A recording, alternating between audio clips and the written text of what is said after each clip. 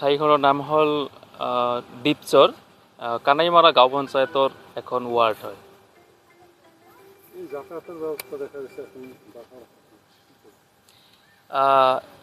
এই যাতায়াতৰ যিটো সুবিধা আপুনি দেখিছে যে ইয়াতে এটা বাঁহৰ হাকো বনাইছোঁ, এই বাঁহৰ হাকোটো কোনো চৰকাৰী তৰফৰ পৰা হোৱা নাই।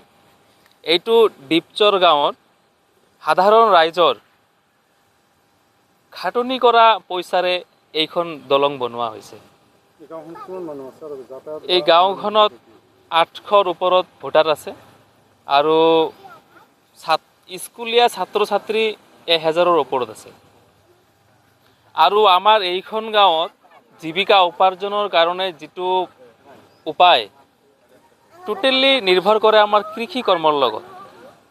আৰু এই হাকোৰ পৰা ইয়াতে আপুনি পশ্চিম ফালে চালে আপুনি চাব যে টোটেল বৃহৎ অঞ্চলটো অকল খেতি কৰে। আপুনি হাটশিঙিমাৰী বটেৰতল যিটো ঠাই আছে, ৰাতিপুৱা যিটো বজাৰ হয়, আমাৰ এইখন অঞ্চলৰ পৰা মেক্সিমাম মানুহ বজাৰলৈ চব্জি লৈ যায়। আৰু এই বাঁহৰ দলংটোত যিটো উপায়েৰে এই চব্জিবিলাক পাৰ কৰে, হয় টুলুংগা নাৱেৰে পাৰ কৰিব লাগে, নহ'লে ইয়াৰ পৰা কান্ধত লৈ আহি এয়া পাৰ কৰিব লাগে। বহুত কষ্টৰ মানে সমস্যাৰ সমাধান হৈ আছোঁ।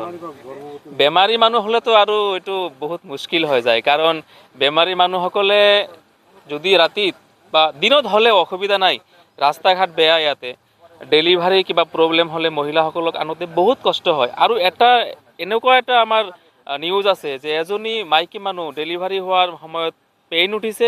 আমি ইয়াতে নাও আছিলেনে, নদীখন ভৰা আছিলে, আৰু এই নদীখন পাৰ হওঁতে আমাৰ নাৱৰীয়াজন পাছফালে থাকে, সেইপাৰে তেখেতক মাতোতে ইমান প্ৰব্লেম হৈ গৈছে, মহিলাজন ঢুকাইছে। এনেকুৱা ৰেকৰ্ড আমাৰ ইয়াতে আছে। আৰু ছাত্ৰ ছাত্ৰীসকলে যিবিলাক যায় স্কুললৈ অহা যোৱা কৰে, স্কুলত অহা যোৱা কৰোঁতে বহুত আগতে 2016 ইমান চনত হ'ব, এজনী ছাত্ৰী নাও দুৰ্ঘটনা কৰি মৃত্যুত মুখতো পৰিছিল। তেতিয়াৰ পৰাই আমি সিদ্ধান্ত লৈছোঁ যে এই নাওত আৰু আমাৰ প্ৰাণৰ ঘাটি হ'বলৈ নিদিম। তেতিয়াৰ পৰা আমি এই বাঁহৰ দলঙৰ ব্যৱস্থা কৰি আছোঁ।